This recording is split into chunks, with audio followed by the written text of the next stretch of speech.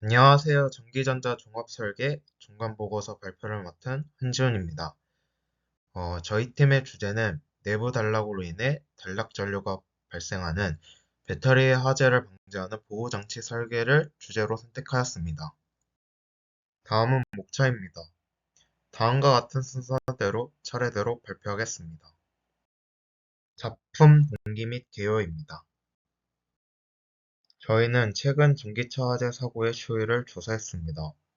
최근 들어 전기차 화재 사건이 잇따라 발생하면서 전기차의 안전성에 대한 우려가 점차 커지고 있습니다. 전기차는 기존 내연기관 차량에 비해 환경 친화적인 장점을 가지고 있지만 배터리 화재나 가열 등과 같은 사고가 발생할 경우 그 피해가 매우 클 수 있습니다.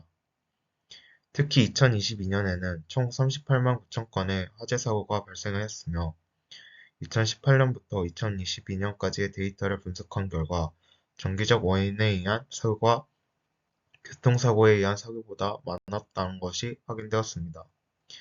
이는 전기차 안정성에 대한 심도 있는 검토와 개선이 필요하다는 것을 시사합니다. 전기차 화재의 주요 원인은 충전 중 과열이나 배터리 셀 손상 등 기술적 결함에서 비롯되는 것으로 보입니다. 실제로 화재의 대부분은 충전 중에 발생하고 있으며 이는 충전 인프라와 배터리 관리 시스템에 대한 정밀한 점검과 개선이 필요함을 시사합니다. 또한 일부 차량에서는 주차 중에도 화재가 발생하는 사례가 보고되고 있습니다. 이는 외부 충격이 없는 상태에서도 내부 문제로 인해 화재가 발생할 가능성을 보여줍니다. 특히 배터리 자체에서 자발적으로 발화할 가능성을 고려해야 하며 이를 방지하기 위해 배터리 안정성에 대한 철저한 검증과 개선이 요구됩니다. 전기차 배터리에서 발생하는 화재는 주로 다음 세 가지 원인에 의해 발생합니다. 배터리 화재는 외부 충격, 과충전, 과방전, 고온 환경 노출 또는 결함으로 인해 초기 자극이 발생하면서 시작됩니다. 이러한 자극은 배터리 내부의 화학적 반응을 유도하거나 셀 손상을 일으킬 수 있습니다. 두 번째로는 전해질이나 양극, 음극 물질이 반응하면서 열을 발생시키고 이로 인해 전해질이 분해되거나 분리막이 붕괴될 수 있습니다. 특히 양극재의 산소 방출과 같은 발열 반응이 진행되면서 내부 온도가 급격히 상승하게 됩니다. 이는 화재로 이어질 가능성이 높입니다.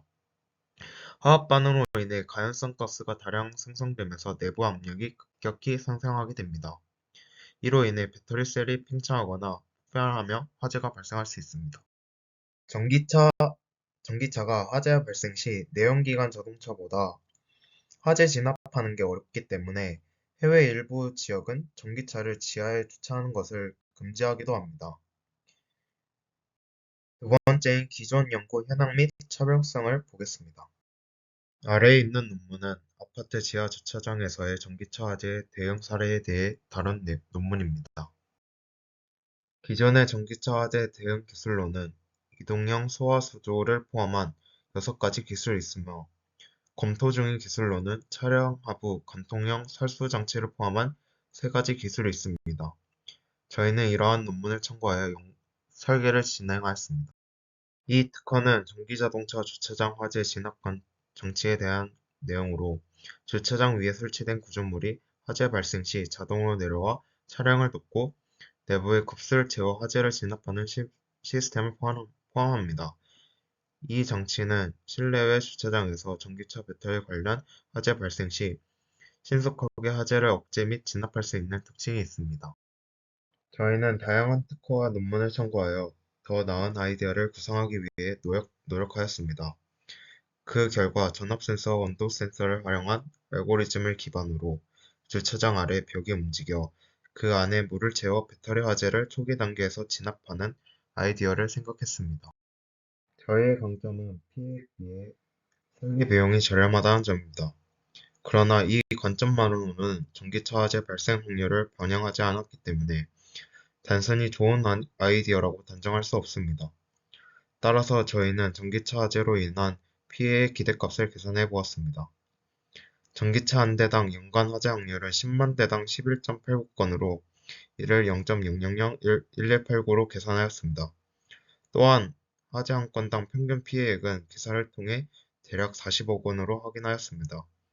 이를 바탕으로 기대값을 계산한 결과 한 대의 전기차에 대해 기대값은 약 42만 6,800원으로 나왔습니다. 저희 아이디어를 설계했을 때의 비용은 약 2천만 원 수준입니다. 이는 피해액보다는 적지만 피해 기대값보다는 높은 수준입니다. 왼쪽 그래프대로 전기차 보급으로 인하여 전기차 화재 빈도수와 비율이 점점 늘어나 저희가 계산한 전기차 피해 기대값도 높아질 것으로 예측이 됩니다.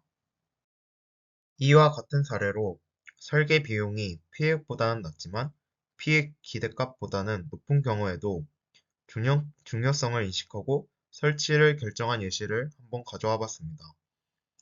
바로 삼풍백화점 붕괴 사건입니다.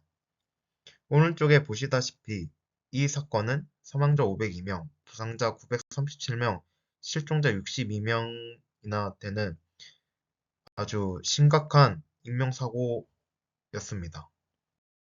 이 사건으로 인해 다양한 법률과 규정들이 제정되었습니다. 그중 대표적인 예로 내진 설계가 있습니다. 저희는 이런 식으로 내진 설계의 기대값을 계산하기 위해 한국의 지진 발생 통계를 참고하여 우리나라 진도별 지진 확률을 이런 식으로 추정하였습니다. 이런 식으로 지진 규모에 따른 피해액과 기대값을 각각 계산하였습니다. 그래서 지진 피해로 인한 기대값은 총 1,750만 원 정도로 나왔습니다. 다음으로는 내진 설계의 비용을 한번 계산해 보겠습니다.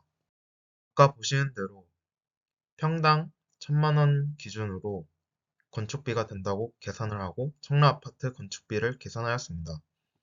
대략 한 동을 건설할 때의 비용을 500억 원으로 잡으면 내진 설계 비용은 대략 건축비의 1에서 5%가 든다고 합니다.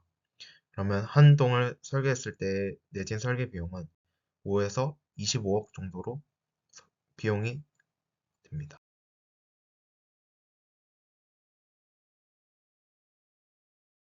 이처럼 안전보다 비용이 중요하다는 인식을 보여주고자 안전과 관련된 설문조사를 실시했습니다.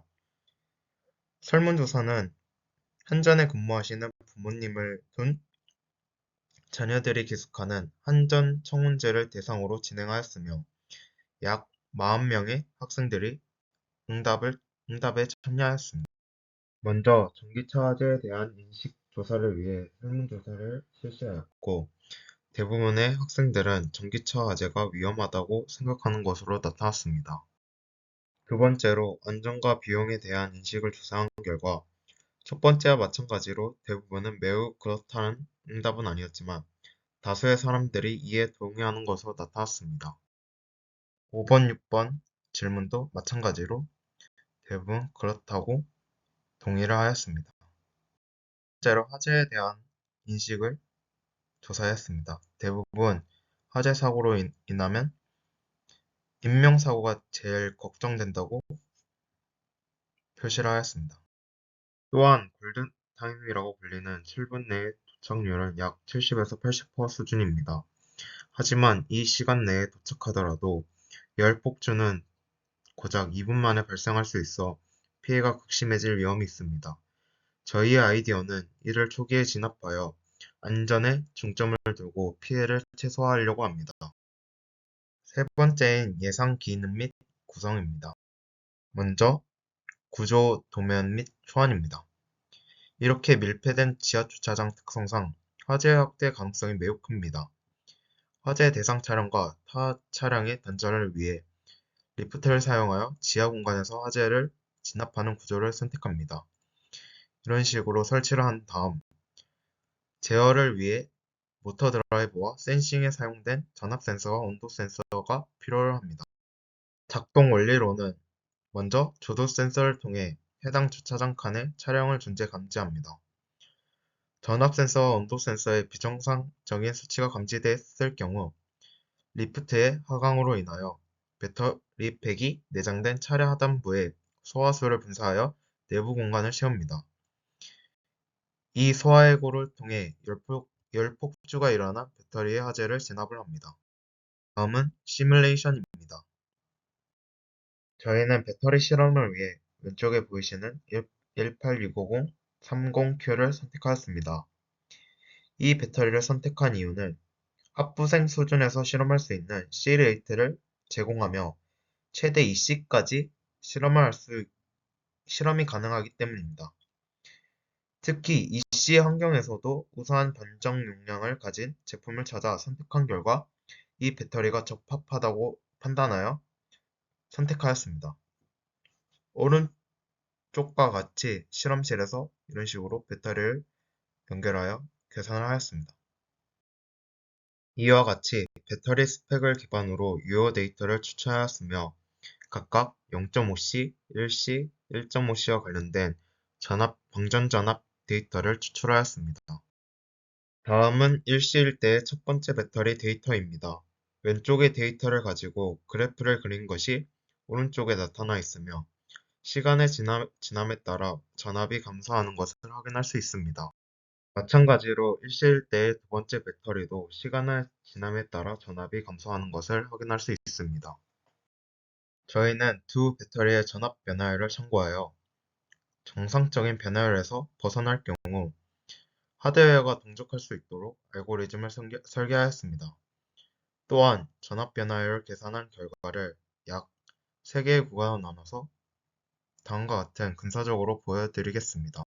이와 같은 방식으로 3개의 구간을 나누어 1번 배터리와 2번 배터리의 전압 변화율을 분석하였습니다. 이를 바탕으로 평균값이나 최악, 워스트 값을 선정하고 오차 5%를 고려하여 임계치를 설정하였습니다. 플로우 차트 알고리즘 테이블입니다. 배터리 점검에서는 전압 센서와 온도 센서를 활용했는데요. 배터리의 안정 온도가 45도 이하인 점을 고려해 온도가 약 50도 이상일 경우를 기준으로 설정했습니다. 그리고 실험 데이터를 바탕으로 구간을 나눠 전압 임계값을 계산한 뒤 이를 통해 전압 이상을 감지했습니다. 이 시스템은 전압과 온도 모두에서 이상이 감지될 때만 동작하도록 설계했습니다. 다음으로 아두이노를 활용한 코드를 설명해 드리겠습니다.